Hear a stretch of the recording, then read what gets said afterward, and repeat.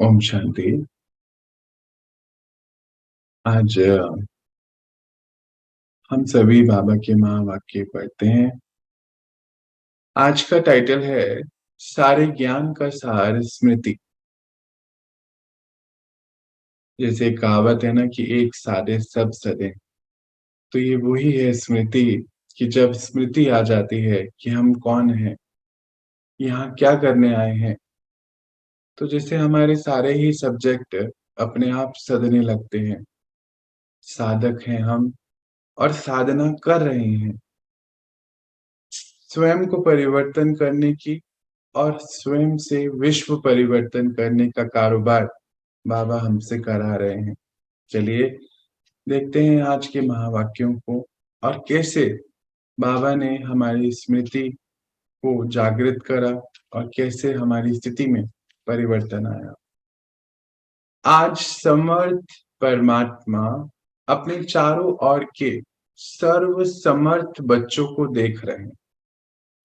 हर एक समर्थ बच्चा अपनी समर्थी प्रमाण आगे बढ़ रहा है। अंडरलाइन करेंगे, समर्थी प्रमाण। इस समर्थ जीवन अर्थात सुख में श्रेष्ठ सफलता संपन्न अलौकिक जीवन का आधार क्या है? आधार है ही एक शब्द, स्मृति। वैसे भी सारे ड्रामा का खेल है ही विस्मृति और स्मृति का। बाबा कहते हैं कि सभी समर्थ बच्चों को देख रहा है।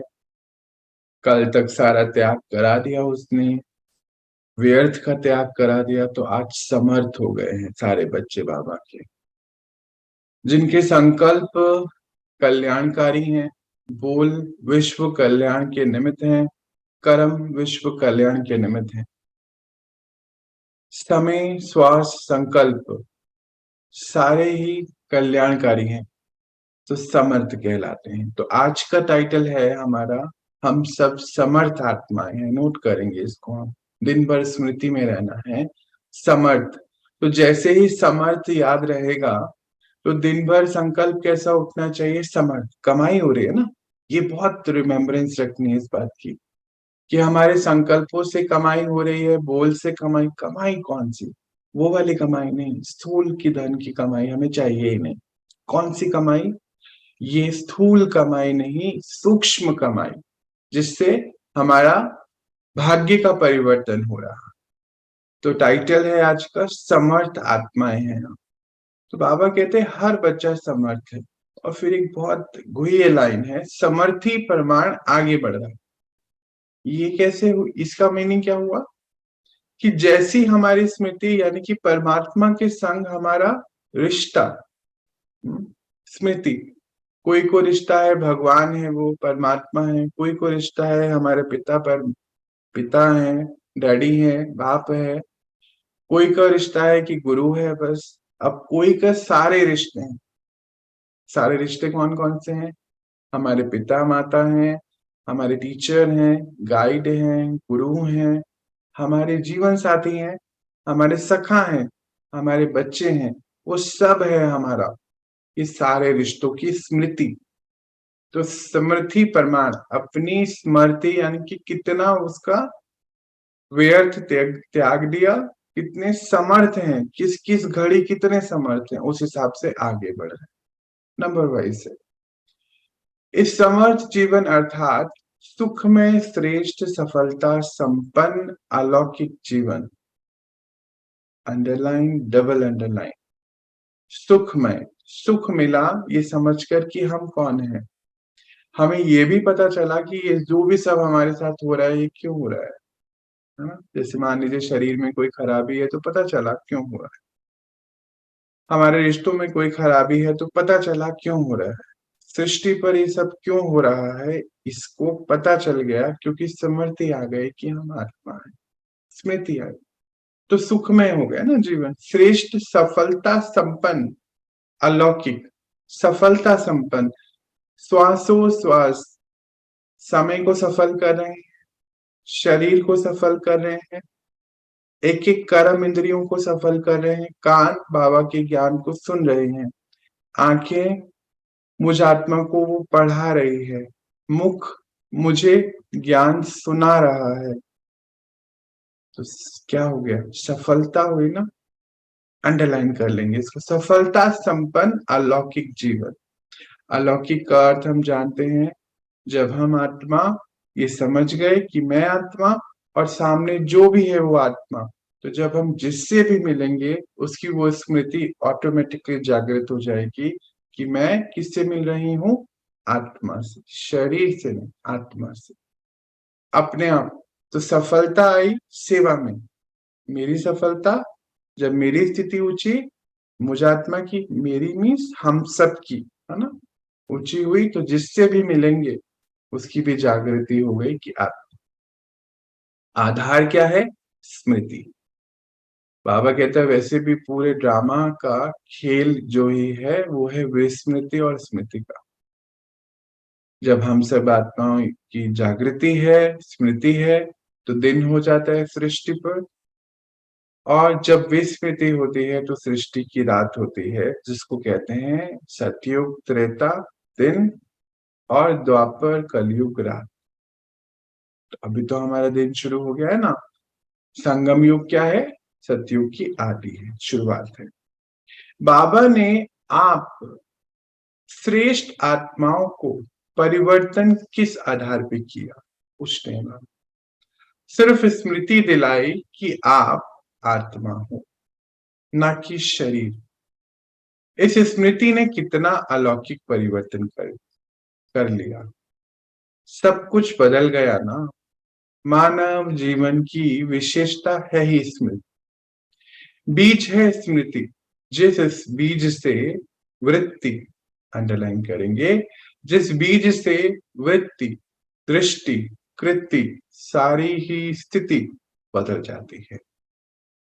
इसीलिए गाया जाता है जैसी स्मृति वैसी स्थिति। कुछ कुछ पॉइंट हाईलाइट जो दिन भर हमें चर्न करने हैं। जैसी स्मृति वैसी स्थिति। तो बाबा क्या कहता है कि बाबा ने किस आधार पे हमारा ये परिवर्तन किया, हमें ये बताया कि हम श्रेष्ठ आत्मा है। श्रेष्ठ मतलब कोटों पे, कोटों में भी कोई, जिन्होंने अपने आप को पहचाना, परमात्मा को पहचाना, समय को पहचाना, अपने कर्तव्यों को पहचाना। कहते कैसे दिलाया मैंने आपको याद, बस ये दिलाया कि आप आत्मा। तो कितना अलौकिक परिवर्तन आपने कर लिया है, सब कुछ बदल गया ना। तो आज हम कहते हैं ना हमारा जीवन ही बदल गया, सुख में हो गया, खुशी का कोई रीजन नहीं है पर खुश है। ये सब पता चला तो हुआ ना। तो कहते हैं बीज क्या है, स्मृति, और जिससे क्या क्या बदल गया, वृत्ति, जहां से संकल्प उठते हैं, वृत्ति, दृष्टि, कृति। ये तीन शब्दों को ध्यान देंगे, वृत्ति, दृष्टि, कृति। तो दृष्टि कैसे हो गई, पवित्र हो गई, क्योंकि वृत्ति कैसी हो गई, पवित्र हो गई। क्यों हो गई, क्योंकि बाबा ने कहा आप पवित्र स्वरूप श्रेष्ठ आत्मा हो। अच्छा, फिर पवित्रता यहाँ पे इमर्ज करनी है कि सतयुग में होगी, सतयुग में तो सभी पवित्र हैं। तो करनी कब है इमर्ज, अभी करनी है। गुप्त रह सबके साथ रहे हैं, जैसे सब दिखते वैसे ही दिख रहे हैं, जो सब कर रहे वही कर रहे हैं। गुप्त रोल है हमारा, गुप्त होते हुए भी अपने अंदर परिवर्तन ला रहे हैं। तो वृत्ति कैसी हो गई, पवित्र। दृष्टि कैसी हो गई, पवित्र। कृति, कर्म कैसे हुए, पवित्र। आत्मा, मैं आत्मा, और मेरे आसपास सब आत्मा, जैसे हम स्मृति में। बाबा ने फाउंडेशन स्मृति को ही परिवर्तन किया। जब फाउंडेशन श्रेष्ठ हुआ तो स्वतः ही पूरा जीवन श्रेष्ठ हो गया। कितनी छोटी सी बात का परिवर्तन किया कि तुम शरीर नहीं, आत्मा। इस परिवर्तन होते ही आप मास्टर सर्वशक्तिमान होने के कारण स्मृति आते ही समर्थ बन गए। समर्थ शब्द को बहुत आज हमें चयन करना है। आज से टाइटल है ना, समर्थ का अर्थ क्या होता है कि कुछ भी व्यर्थ नहीं। तो बाबा कहते हैं छोटा सा एक मैंने क्या किया, आप बच्चों को याद दिलाया फाउंडेशन क्या है। जैसे चेंज हुआ कि आप श्रेष्ठ आत्मा हो, आप शरीर नहीं हो, साधारण भी नहीं हो। देखो दोनों बात, साधारण नहीं हो, श्रेष्ठ हो। तो जैसी स्मृति है श्रेष्ठ है, तो फिर श्वासोश्वास हमारा सब कर्म जो होने लगा, यानी कि सोच भी श्रेष्ठ, आंखों से भी श्रेष्ठ देखना, भोजन है ना, जैसे शरीर को हम शुद्ध भोजन खिलाते हैं, अभी हमें पता चल गया हमारी मर्यादा है, तो आंखों आंखों का भी भोजन है, तो शुद्ध भोजन खाना है यहाँ से भी। कानों का भी शुद्ध, मुख का भी शुद्ध, सभी पवित्रता बढ़ती चली जाएगी। कि क्यों? क्योंकि एक चीज बाबा ने बोला, आप श्रेष्ठ समर्थ सर्वशक्तिमान आत्मा हैं। इसको हमेशा हमें बिल्कुल फिक्स याद रखना है, भूलना नहीं। आगे देखते हैं। अब ये समर्थ जीवन कितना प्यारा लगता है। स्वयं भी स्मृति स्वरूप बनकर रहते हो और औरों को भी यही स्मृति दिलाते हो। क्या से क्या बना देते हो। अनेक आत्माओं के जीवन को बदलने के निमित्त बनते हो। साधारण दिखते वैसे ही हो, परंतु कितने बड़े बड़े सेवा कर रहे, ईश्वरीय संतान हो, इसीलिए आराम से कर रहे। बाबा क्या कहता है, कैसे जगा रहा है। कहते हैं आप बच्चे कितने साधारण दिखते हो, खुद भी स्मृति आ गई, औरों को भी स्मृति स्वरूप बना रहे हो। खुद तो रहते ही हो, औरों को मदद करते हो, दिलाते हो, रहते साधारण हो, पर ईश्वरीय संतान हो और कितनी अच्छी सेवा कर रहे हो। फिर क्या कहता है बाबा, इस स्मृति से संसार ही बदल दिया। यह ईश्वरीय संसार कितना प्यारा लगता है। चाहे सेवा अर्थ संसारी आत्माओं के साथ रहते हो, लेकिन मन सदा अलौकिक संसार में रहता। इसको ही कहा जाता है स्मृति स्वरूप बनना। कोई भी परिस्थिति आ जाए, लेकिन स्मृति स्वरूप आत्मा समर्थ होने के कारण परिस्थिति को क्या समझेगी। ये तो एक खेल है, कभी घबराएगी नहीं। बाबा कहते हैं कि स्मृति से पूरा संसार आप बच्चों ने बदल दिया है। संसार मतलब मेरा संसार, तो हम सबका संसार तो चेंज हुआ है ना। ये ईश्वरीय अलौकिक संसार है, ये पता चल गया। ईश्वरीय संसार है मतलब मैं आत्मा, सब आत्मा उस ईश्वर के बच्चे हैं। ये विश्व एक फैमिली है और उसका मुखिया जो है परमात्मा है, ये पता चला।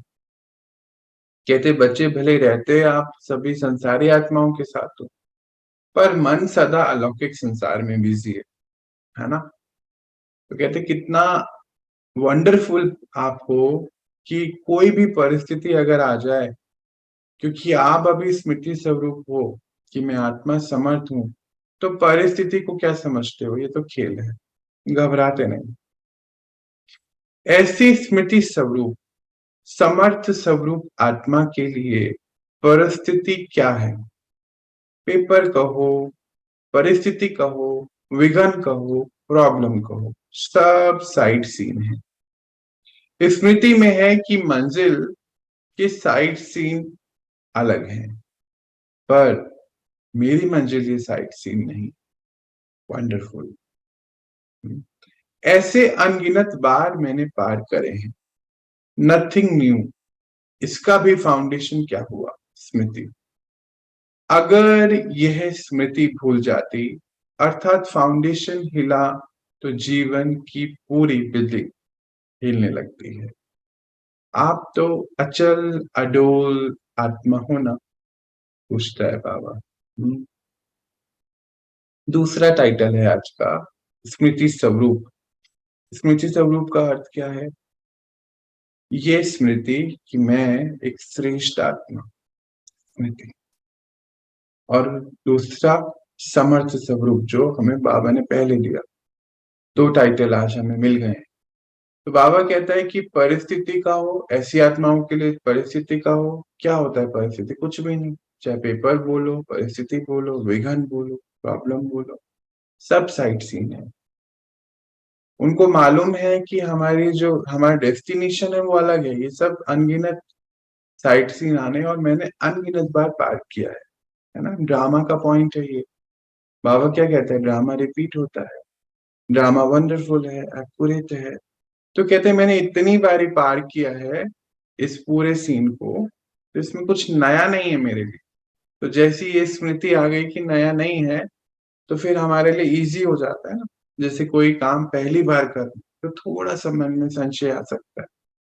बाबा कहते तुमने कितनी बारी कर लिया बच्चे, आपके लिए तो कुछ नया है ही नहीं। तो फिर एक ताकत आ गई कि तो कर सकते हैं। निश्चय हुआ कि हमने पहले भी किया है, कुछ भी नहीं है, और इस बार भी हम कर ही लेंगे। क्योंकि बाबा कहते हैं कि स्मृति आ गई। अगर स्मृति भूल जाते हैं तो फाउंडेशन हिल सकता है, अगर बिल्डिंग का फाउंडेशन मजबूत नहीं है।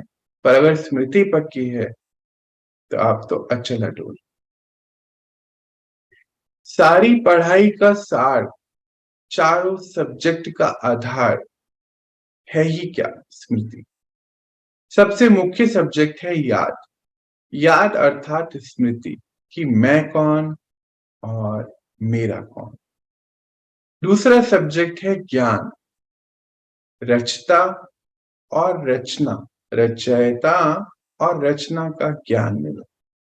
उसका भी फाउंडेशन स्मृति दिलाई क्या, कि आप अनादि में कौन थे, आदि में कौन थे, वर्तमान समय में कौन है।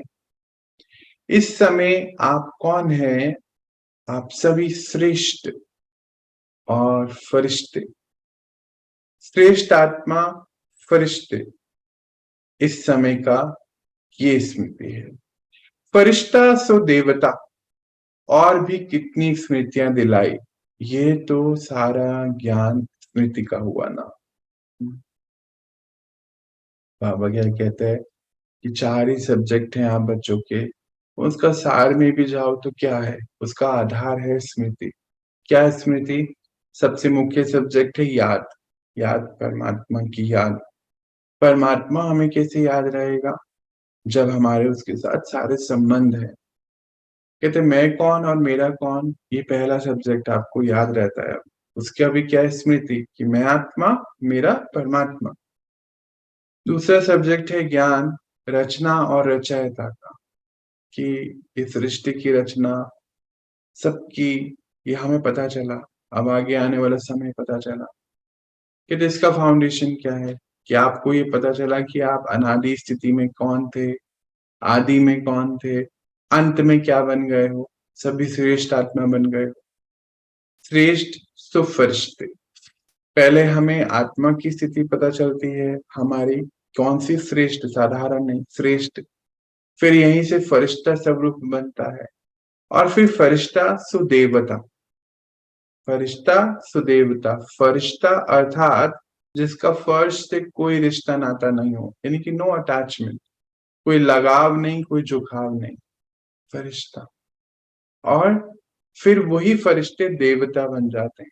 अब इसको बहुत गहराई से समझते हैं। शास्त्रों में हमारे इस ईश्वरीय ज्ञान का कोई वर्णन नहीं है, हालांकि सारे शास्त्र निकले उसी से ही हैं। गुप्त है, परमात्मा भी गुप्त है, और फरिश्ते सुदेवता, फरिश्तों के बारे में बताया तो गया, पर गुप्त है, दिखते नहीं है। एक पिक्चर हमने देखी है। और देवता, मनुष्य और देवता नजर आते हैं। कैसे, मनुष्य तो हम सभी हैं, और देवता जड़ चित्रों में नजर आते हैं, रियलिटी में अभी नहीं है। दिख क्या रहा है पूरे में देखो, तो ज्ञान गुप्त, परमात्मा गुप्त। दिख क्या रहा है, फरिश्ता गुप्त, मैं मनुष्य, हम सब मनुष्य आत्माएं दिख रही हैं, और देवी देवताओं का स्वरूप दिख रहा है। अब बीच में दो चीजें मिसिंग हो गई यहाँ। क्या है वो, श्रेष्ठ सो फरिश्ते, मनुष्य, देवता, और बीच में दो स्टेप और हैं, जो इसका कहीं कोई वर्णन नहीं है। हम सब जानते हैं, हम गुप्त हैं। इसको बहुत गहराई से लेना है आज पॉइंट को। क्या गुप्त है कि पहला स्टेप है कि हम पहले श्रेष्ठ आत्मा बनते हैं, दूसरा स्टेप है हम फरिश्ते बनते हैं, फरिश्ते के बाद हम देवता बनते हैं।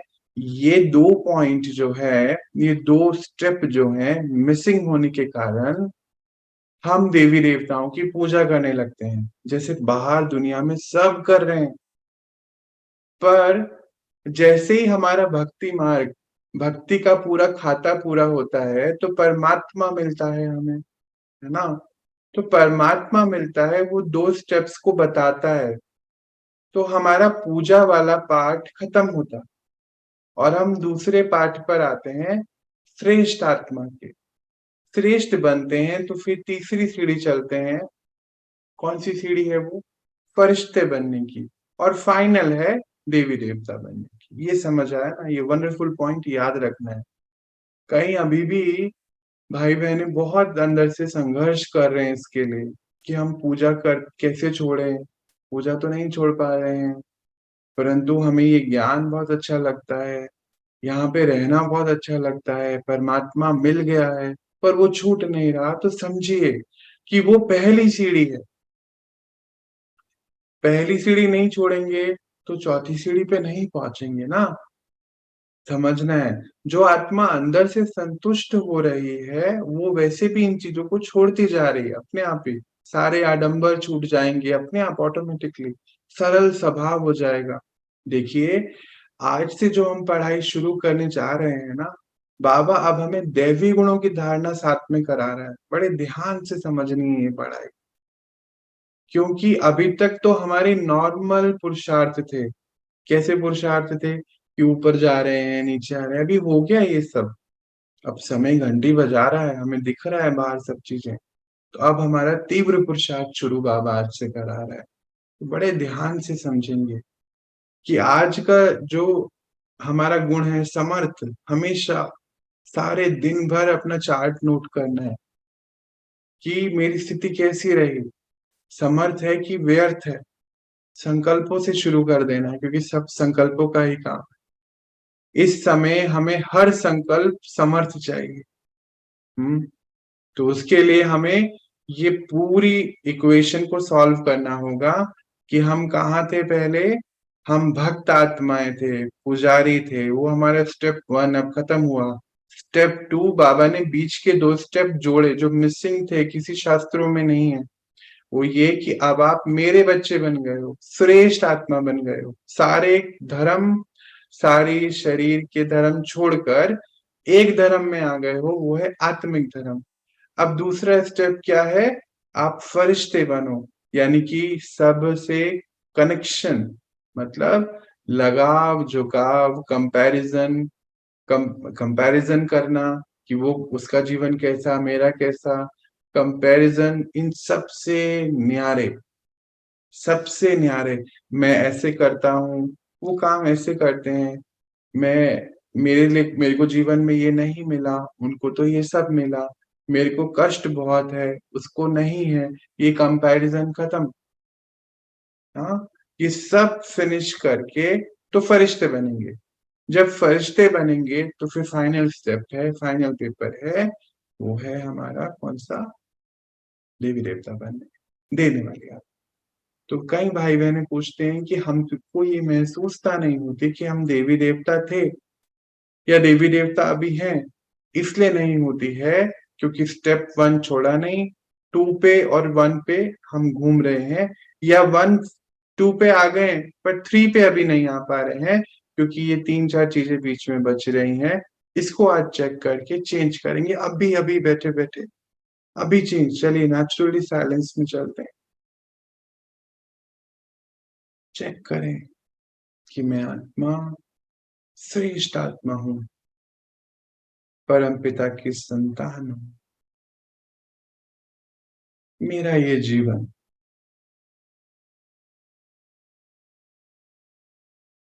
स्टूडेंट लाइफ है। मैं पढ़ाई पढ़ रही हूँ इस शरीर के द्वारा,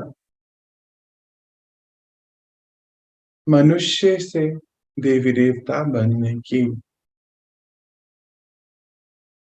तो मैं आत्मा, आज, अभी, इसी वक्त लगाव, झुकाव, कंपैरिजन, इन सब से अपने आप को न्यारी करती हूँ। अब ये मेरा रोल नहीं, मुझ आत्मा का इस ड्रामा में वंडरफुल रोल है, और वो है कोटो में भी कोई श्रेष्ठ आत्मा। मेरा पिता शिव बाबा मुझे पढ़ाने लिए आया है, इस दुख के जीवन से, दुख धाम से सुख धाम लेकर जाने के लिए आया है। वो एक पवित्र पावन दुनिया है। मुझ आत्मा को अपने शरीर में रहते हुए अपने आप को, यानी कि इस साधना को शरीर साधन समझकर यूज करके साधना को कंप्लीट करना है। यही मेरा कर्तव्य है। मैं स्मृति स्वरूप, समर्थ स्वरूप आत्मा।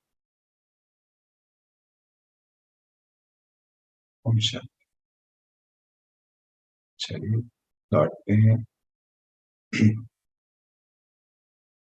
इस स्मृति को अब हमें पक्का करना है। आगे देखते हैं। तीसरा सब्जेक्ट है दिव्य गुण। देखो, दिव्य गुण, दो सब्जेक्ट बात हो गई, याद और ज्ञान। ज्ञान के आधार से तीसरा स्टेप क्या आया? दिव्य गुण। ज्ञान के आधार से यानी कि स्मृति के आधार से आगे क्या कहता है बाबा? दिव्य गुणों की भी स्मृति दिलाए कि आप कौन है, श्रेष्ठ हैं। आप श्रेष्ठ आत्माओं की गुणों की लिस्ट भी आपके पास है, स्मृति में है ना। हर समय ये स्मृति में रहे कि मैं श्रेष्ठ आत्मा हूं। तब समय प्रमाण उस गुण को कार्य में, कर्म में लगा सकोगे। कोई समय स्मृति कम होती तो क्या रिजल्ट होता है? समय पर गुण यूज नहीं कर सकते। जब समय बीत जाता फिर स्मृति में आता कि यह नहीं करना चाहता था लेकिन हो गया, अब आगे क्या करूं। ऐसे ही विस्मृति से कितना कुछ खराब हो जाता है। बाबा कहते हैं कि जब आपको स्मृति आती है कि आप कौन हो, श्रेष्ठ आत्मा हो, साधारण नहीं हो, तो श्वासोश्वास, हर संकल्प, बोल, कर्म गुण के आधार पे आएगा। तो हमारे गुण हमें याद है ना, कहते सारे गुण अपने सर्वगुण संपन्न बनने का कोर्स शुरू कर रहे हैं हम। ये कोर्स सर्वगुण संपन्न बनने का है। कल हमने त्याग का कोर्स फिनिश कर दिया, बाबा ने करा लिया। अभी आगे जितनी भी तैयारी है गुणों को इमर्ज करने की, तो सारे दिन की प्लानिंग करनी है। चलो नेचुरली साइलेंस में आ जाते हैं, चेक करते हैं। आज अभी हम क्लास के बाद कौन से गुण को इमर्ज करने वाले हैं। सबसे पहला गुण हमारा आज्ञाकारिता, पवित्रता। तो जब हमने आज्ञाओं पे चलना शुरू कर दिया परमात्मा की, तो सच्चाई पता चल गई कि मैं कौन और मेरा समय कौन सा। सच्चाई, मेरे आसपास कौन, सच्चाई, सब आत्मा है। सच्चाई की ये ड्रामा है। इस ड्रामा में मेरी रिकॉर्डिंग चल रही। बाबा ने कहा है आप डायरेक्टर हैं अपनी डेस्टिनी के। जो ड्रामा में रिकॉर्ड कर रही हूँ आत्मा, ऐसा ही 5,000 साल बाद चलने वाला है। पूरे 5,000 साल चलेगा। ये समय मेरी राइट रिकॉर्डिंग करने का है। अब चाहे मेरे आसपास कोई भी एक्टर कुछ भी करे, पर मैं तो हीरो एक्टर हूँ, मुझे कल बाबा ने बताया है। तो मेरा हर समय, हर संकल्प बोल कर्म गुण मूरत के हिसाब से ही होना है। तो कर्मों में पवित्रता, सहनशीलता और अथक सच्चाई, सफाई, ईमानदारी, ये सारे ही गुण मुझे दिन भर यूज करते जाने हैं। ऑप्शन, चलिए आए अपनी स्थिति में। तो बाबा कहता है कि अगर स्मृति कम हो जाती है कि आप कौन हैं, तो दिन भर क्या होएगा? गुण यूज नहीं होंगे, और गुण यूज नहीं करोगे तो फिर बाद में परेशान भी होते हैं कि अरे मैं तो, मेरे से ये गलत हो गया, ऐसा नहीं करना चाहिए। कई बार तो कितनी ज्यादा आर्गुमेंट्स हो जाते हैं, लड़ाई हो जाती है, तो कितनी फिर बाद में कहते हैं क्यों हमने कर लिया, दुख भी होता है। तो बाबा कहते हैं खाली विस्मृति हो गई तो ये हुआ, इससे याद रखो हमेशा। तो दिव्य गुणों को भी कर्म में लाने के लिए समय पर स्मृति चाहिए। अभी अभी ऐसे अपने पर भी हंसते हो कि ये देखो मैं कैसी बातें कर रहा था, कैसी बातें कर रही थी, ये तो मेरा काम ही नहीं। वैसे भी कोई बात व कोई चीज समय पर भूल जाते हो तो उस समय क्या हालत होती है? चीज है लेकिन समय पर याद नहीं, तो घबराते भी हो ना, कहते भी हो कि कितना समय जा रहा है, काश मुझे समय पे याद रहता कि मैंने कहाँ रखा है। ऐसे ही कभी कभी अपने आप को भूल जाते हो, तो दिव्य गुणों के आधार की बजाय अवगुणों का आधार ले लेते हैं। सदा स्मृति स्वरूप बनकर रहो, निरंतर और नेचुरल दिव्य गुण सहज, हर कर्म से, हर कार्य से प्रत्यक्ष हो कि ये बच्चे साधारण नहीं, रहते साधारण हैं, परंतु परमात्मा की डायरेक्ट श्रेष्ठ रचना है। वंडरफुल लाइन है, रोम खड़े होते हैं ना। बाबा क्या कहता है? कहते कई बार ऐसा होता है ना, कोई चीज रखी है, भूल गए। ऐसे ही कई बार होता है कि गुण यूज करने थे पर स्मृति नहीं है कि हम कौन है, तो अब गुण का आधार ले लेते। कहते जब कोई चीज नहीं मिलती, याद नहीं आता, तो है पर यूज में चाहिए, अभी मिल नहीं रही, तो घबरा जाते हैं, कहते हैं पर समय पे नहीं आ रही है याद कि कहाँ रख दिया है। कहते ऐसे ही ऐसा भी यहाँ पे भी करते हो, पर जैसी स्मृति आती है कि आप कौन हो, स्मृति स्वरूप बन जाते हो, तो निरंतर नेचुरल दिव्य गुण सहज कर्म में आने शुरू हो जाते हैं। अच्छा, इसको समझ लेते हैं। हम सबकी एक डिग्री है 16 कला संपूर्ण। अब 16 कला संपूर्ण क्या कोई कला है? मतलब कि पेंटिंग करना, खाना बनाना, साइकिल चलाना, स्विमिंग करना, क्या ये कला है? नहीं।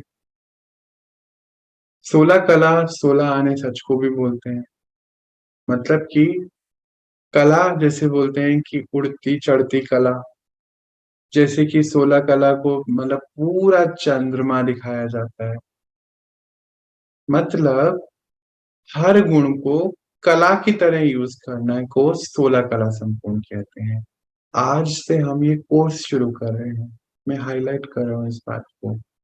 इसको चेक करना है हमें कि जितने भी गुण हैं उसकी लिस्ट जो है हम एक बार रिवाइज करें, अपने पास प्रिंट रखें उसका, कि कितने परसेंटेज में कौन से गुण मेरे आज यूज हो रहे हैं। और क्योंकि हमने एक बात को याद रखना है कि हमारी डिग्री है 16 कला संपूर्ण, सर्व गुण संपन्न सेकंड डिग्री, दोनों कनेक्टेड हैं। मतलब सारे गुणों को ऑलवेज में यूज करो, वो मेरे कला है। जैसे कि हम खाना बनाना जिनको आता है तो उनकी कला है, इतने नेचुरल हैं, उनको कुछ भी बोलो बनाने को वो फटाफट से कहेंगे अच्छा ये चाहिए ये चाहिए ये चाहिए। जैसे कि मान लीजिए आपको कोई डिश बनानी या कोई पेंटिंग बनाता है, तो उसको ना कभी भी स्मृति नहीं होती, याद रहता है कि देखो मुझे ना ये ऑयल पेंट्स चाहिए, इस नंबर की ब्रश चाहिए, अच्छा ये ऐसे प्रकार का कैनवस चाहिए, इतने समय में मैं इस पेंटिंग को बना सकता। ऐसे ही आप सब माताएं बहनें भाई अपने अपने रिस्पेक्टिव वर्क कितने अच्छे से करते हैं। मान लीजिए कोई टीचर है तो उसको भूलता नहीं है, उसको याद है कि मुझे मैथमेटिक्स में ऐसे ऐसे पढ़ाना है। डॉक्टर है उसको मालूम है, कला है उसकी ना वो। बाबा कहता है तुम बच्चों की क्या कला है, सर्वगुण संपन्न रहना, मर्यादा पुरुषोत्तम बनना, ये तुम्हारी कलाएं हैं। और निर्विकारी और अहिंसक, हिंसा ना हो। तो आज से हमारी जो है ये स्मृति अब हो गया बहुत कि मैं आत्मा हूं परमा, ये हो चुका है अभी। अब आगे आगे की पढ़ाई कि नेचुरल रूप में सारे गुण इमर्ज रहे सहजता से। बाबा बोलते सहज कर्म में आ जाए, बोल में आ जाए, सहज हो जाए नेचुरल कला के रूप में। तो हमें आज क्या करना है, इस बात की तैयारी करनी है। और जिसके पास भी वो गुणों की लिस्ट नहीं है एक बार जरूर बताए, तो फिर से ग्रुप में या नंबर पे भेजेंगे ताकि हम उसका प्रिंट लेके अपने पास रखें। और प्रिंट लेके रखना नहीं है, दुनिया की बहुत चीजें हमारे पास पड़ी है, उसको यूज में लाना है। डेली डेली चेकिंग, मॉर्निंग में अपनी चेकिंग कि आज मुझे क्या क्या प्लानिंग में, अमृत वेला उठे गुण की लिस्ट सामने कि आज कौन कौन से गुणों पे मुझे काम करना है। और रात को सोने से पहले बिल्कुल साइड टेबल पे अपने बैठ के रखना है कि कौन कौन से कितने परसेंटेज में मैंने इमर्ज कर ली। शुरू कर रहे हैं आज से हम, है ना। बाबा ने शुरू करा दिया ये काम, आगे देखते हैं। चौथा सब्जेक्ट है सेवा। इसमें भी अगर स्मृति स्वरूप नहीं बनते कि मैं विश्व कल्याणकारी आत्मा निमित्त हूं, तो सेवा में सफलता नहीं पा सकते। सेवा द्वारा किसी आत्मा को स्मृति स्वरूप नहीं बना सकते। साथ साथ सेवा ही स्वयं की और परमात्मा की स्मृति दिलाना है। अच्छा कई भाई बहने कहते हैं कि हम क्या सेवा करें, तो बाबा देखो कितना सुंदर बात बताता है। बाबा कहता है बच्चे जिससे भी आप मिल रहे हो, आपकी दिव्य दृष्टि क्योंकि वृत्ति पवित्र है, तो आपकी दृष्टि पड़ते ही सेवा हो गई है उसकी, हो चुकी है सेवा, कुछ नहीं बचा उसमें। जैसे इसको समझते हैं, हम सभी ने प्रिंटर तो देखे हैं ना, इंकजेट प्रिंटर, उसमें 4 कलर होते हैं, सबको पता है ना, 4 कलर डालते हैं उसमें। और वो 4 कलर कौन से होते हैं, ब्लैक होता है, येलो, रेड और ब्लू होता है। ये 4 कलर से वो 50 टाइप ऑफ कलर पैटर्न्स बनाता है, 50। ऐसे ही हम परमात्मा से जब कनेक्ट होते हैं तो हमें वाइट लाइट मिलती है। और जब हम जिससे मिलते हैं, मानो जब हम पवित्र स्मृति में हैं, तो आनंद, तो फिर वो ब्लू कलर की लाइट दृष्टि पड़ जाती है। उससे हम कितने सारे कलर आत्मा बनाती है, और भी उसी से ही बनता है। एक लाइट और माइट से, जैसे सूरज है, सूरज क्या कर रहा है, वाइट, उसके पास लाइट है, इतनी लाइट है कि जैसे ही सूरज आया तो अंधकार दूर जा रहा है। अंधकार को भेजना नहीं पड़ा क्योंकि उसमें मेहनत है। अब आपको बोलो कि भाई अंधेरा दूर करो, तो कहीं हम ऐसे थोड़ी बाल्टी भर के निकाल सकते, पॉसिबल ही नहीं। सिर्फ लाइट ऑन करते हैं दूर हो जाता है। आज यही सेवा हमारी शुरू है आज से। जिस घर भी रह रहे हैं सूरज है ज्ञान की, वहां की वाइब्रेशन ऐसी हो जैसे मंदिर और मस्जिद और चर्च की होती है। क्योंकि आने वाला समय हम सबको पता है कैसा है, सबको पता है। कभी भी न्यूज आ जाएगी कि वर्ल्ड वॉर शुरू हो चुका है, पता है ना हमें।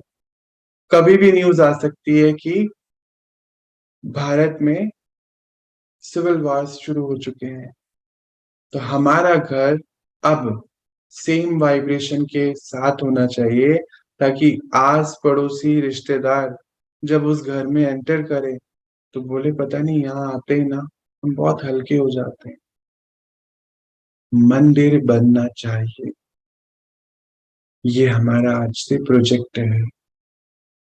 जो भी इस वीडियो को सुन रहे हैं, ये बात को ध्यान रखना है कि हमारे घर का वाइब्रेशन के बनाने की मैं निमित्त आत्मा, मुझे बनाना है। तो बाबा यही कह रहा है कि यही सेवा है आपकी, कि दृष्टि से निहाल कर दो किसी को। तो जब दृष्टि वृत्ति पवित्र है तो दृष्टि ऑटोमेटिकली पवित्र है, तो बोल पवित्र है, तो जो भी मिलेगा उसकी भी स्मृति आ जाएगी कि मैं आत्मा हूं। क्योंकि प्रोजेक्ट क्या है, बाबा ने कहा है कि एक दिन सबको पता चलना है कि मैं आत्मा हूं और परमात्मा कौन है। अब कौन इसको कितना आगे लेके जाएगा ये नहीं पता, पर ये हर आत्मा तक पहुंचेगा। क्यों?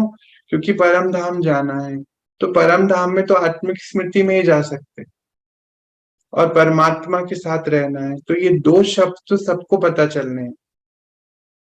अब हम कितने भाग्यशाली हैं कि हमें समय से पहले थोड़ा पता चल गया, तो हम अपने आप को गुण मुहूर्त बना लेंगे। तो बाबा क्या कहता है यहाँ पे कि जैसी स्मृति आ गई कि आप विश्व कल्याणकारी आत्मा हो, मैं निमित्त हूं, तो सफलता अपने आप मिलती चले जाएगी। सफलता क्या है हमारी, कि हमें अपने घर का वाइब्रेशन बहुत वंडरफुल बनाना है, ये हमारी सफलता है। हमारी सफलता क्या है, जो भी हमसे मिले वो खाली हाथ ना जाए। मेरी दृष्टि बाप की दृष्टि है, परमात्मा की दृष्टि है। मेरी आंखों का यूज करके वो उस आत्मा को सुख शांति प्रेम की प्राप्ति करा रहा है। ज्ञान हमारा कोई नहीं सुनने वाला है, हम सबके एक्सपीरियंस है ना, क्योंकि गुप्त है। देखो अगर हम अपने परिवार में ज्ञान दें तो शायद ही सुने वो, पर जब वो हमारे गुणों को देखेंगे दिन भर, तो फिर एक दिन पूछेंगे जरूर कि ये आप कैसे कर रहे हो। इसको अंडरलाइन करेंगे कि यही करना है। तो बाबा कहते जब ये याद आ गया कि मैं कौन हूँ, विश्व कल्याणकारी आत्मा हूँ, मैं निमित्त हूँ, तो सेवा में सफलता मिलती जाएगी। और सेवा है ही क्या, ये याद दिलाना कि मैं कौन हूं और मेरा कौन, यही तो स्मृति याद दिलानी है। वंडरफुल लाइन है। चलिए आगे देखते हैं। तो चार ही सब्जेक्ट का फाउंडेशन स्मृति हुआ ना, सारे ज्ञान के सार का एक ही शब्द है, क्या हुआ, स्मृति। इसीलिए बाबा ने पहले ही सुना दिया कि लास्ट पेपर का सवाल, क्वेश्चन भी क्या है, क्या आने वाला है। लंबा चौड़ा पेपर नहीं आने वाला, एक ही सवाल आएगा, और वो है, वो क्या है पूछने वाला, एक ही सवाल है, नष्ट मोह स्मृति स्वरूप। क्वेश्चन भी पहले से ही बाबा ने बता दिया। तो आप सभी तो फिर वंडरफुल बच्चे हो, पास होने वाले हो, सभी नंबर वन जाने वाले। बाबा आप सभी बच्चों के लिए ये शुभ भावना रखता है। सब पास हो गए ना, पहले ही बता दिया। तो बाबा कहता है कि चारों सब्जेक्ट का फाउंडेशन स्मृति है, एक ही शब्द है। कह रहे पूरा सार भी एक है, स्मृति। कह रहे लास्ट पेपर भी यही आने वाला है, मैं पहले ही बता रहा हूँ। क्या पेपर है, कोई बहुत लंबा चौड़ा नहीं, 1 सेकंड का है, नष्ट मोह स्मृति स्वरूप। जब हम मोह से बिल्कुल रहित हो जाए, लगाव झुकाव से परे, फरिश्ते स्थिति में, क्योंकि हमें ये नहीं पता हमारा समय कब है ये शरीर छोड़ने का। तो आज से मतलब अभी ये स्थिति रहनी चाहिए, एनी टाइम शरीर छोड़ना पड़ेगा, पता नहीं है। तो हमारा पेपर फाइनल क्या है, सवाल एक ही है। बाबा कहता कोई लंबा चौड़ा नहीं है, नष्ट मोहा। कहता है मैं शुभ भावना रखता हूँ हर बच्चे के लिए कि सभी नंबर वन जाएंगे, सब पास हैं। ये देखते हैं। आप सभी तो परमात्मा के प्यारे टीचर्स हो ना, तीसरा टाइटल मिल गया। चौथा वैसे तो नष्ट मोहा तीसरा, और चौथा टाइटल है आज का टीचर्स। टीचर्स याद रखना है, टीचर का जरूरी नहीं है हमें टीचिंग देनी है किसी को। टीचर का अर्थ है अपने कर्म से भी अपने गुणों का दान देना। बाबा कहता है आप सभी टीचर्स हो ना, तो स्मृति स्वरूप होना। चारों भी सब्जेक्ट से, चारों ही सब्जेक्ट में स्मृति स्वरूप, मेहनत का कोई काम नहीं। टीचर्स का अर्थ ही है अपने स्मृति स्वरूप के फीचर्स से औरों को भी स्मृति स्वरूप बनाना। आपके फीचर्स ही औरों को स्मृति दिलाएं कि मैं आत्मा हूं। मस्तक में देखें कि चमकती हुई आत्मा चमकती हुई मणि है, और समझ जाएं कि ये साधारण नहीं। चेहरे पर तेज हो, आंखों में परमात्मा की दृष्टि हो, मुख पर आशीर्वचन हो, कर्म भी सफलता मूरत गुण मूरत हो। ऐसी स्मृति आप टीचर्स की होनी चाहिए। बाबा कहते हैं आप बच्चे सब टीचर्स हैं मेरे, सबको याद है ना स्मृति स्वरूप हो, तो चारों ही सब्जेक्ट हमेशा स्मृति में रहे, मेहनत ना हो, नेचुरल हो। कहते ये फीचर्स आपसे नजर आने चाहिए। जो भी आपसे मिले उसको ये फीचर दिखाई दे कि मैं आत्मा हूं। तो उससे पहले हमारा क्या पुरुषार्थ हो कि ये पक्का करा लें हम कि मैं श्रेष्ठ आत्मा हूं। कहते मस्तक पे चमकती हुई मणि नजर आए, चेहरे पर चमक तेज नजर आए, और वो समझ जाएं, देखते हैं कि ये साधारण नहीं है। याद है ना बाबा भी क्या कह रहा था, आप डायरेक्ट रचना हो मेरी। इसको पूरा पक्का करना है आज। जब ये वीडियो आए बार बार आगे पीछे करके इसको सुन के बहुत पक्का करना है कि मैं आत्मा हूँ और मेरी यही सेवा है, टीचर हूं मैं। है ना, आगे क्या कहता है, फकूर में रहो कि हम परमात्म छत्र छाया में रहने वाले। अभिमान नहीं, लेकिन रूहानी फकूर। बॉडी कॉन्शियस नहीं, अभिमान बिल्कुल भी नहीं। आत्म अभिमानी, आत्म अभिमानी को अभिमान नहीं कहते। आप परमात्मा की डायरेक्ट रचना है, फकूर में रहने वाले, परमात्मा छात्र छाया में पढ़ने पलने वाले, परमात्मा की शिव शक्तियां हो। इस धरा पर अब समय आना है कि शिव शक्तियों का गायन आना है। लोग गाएंगे कि धरा पर शिव शक्तियां आ गई। इस सृष्टि का उद्धान करने, इस सृष्टि का निर्माण करने शिव शक्तियां आ गई। बच्चे आप जानते हैं ना कि शिव बाबा अंत में अकेला प्रत्यक्ष नहीं होगा। शिव शक्तियां यानी कि आप सब, मेल फीमेल्स सब एक साथ इस विश्व रूपी नाटक मंच में, इस बेहद के ड्रामा में एक साथ प्रत्यक्ष होंगे। आप और मैं एक साथ, दुनिया देखेगी। छोड़ा है सुनने के बाद क्या कहता है बाबा, कि ये याद रखो, फकूर में रहो कि आप परमात्म छत्र छाया में पल रहे हो। अभिमान ना हो, लेकिन रूहानी फकूर हो। बॉडी कॉन्शियसनेस नहीं, सोल कॉन्शियसनेस हो। कहते कोई भी विघ्न आए तो इस फकूर से उसको खत्म कर दो, और ये याद रहे कि राष्ट्र में खाली परमात्मा नहीं होता है प्रत्यक्ष, उसके बच्चे यानी कि शिव शक्तियां, मेल और फीमेल सब एक साथ इस विश्व रूपी नाटक मंच पे प्रत्यक्ष होंगे। और दुनिया को लगेगा कि दुनिया के उत्थान के लिए, निर्माण के लिए शिव के साथ शिव शक्तियां धरा पे आ गई हैं। वंडरफुल है, पक्का करें अपने आप को, बहुत बड़ी बात बाबा कह रहे हैं आज।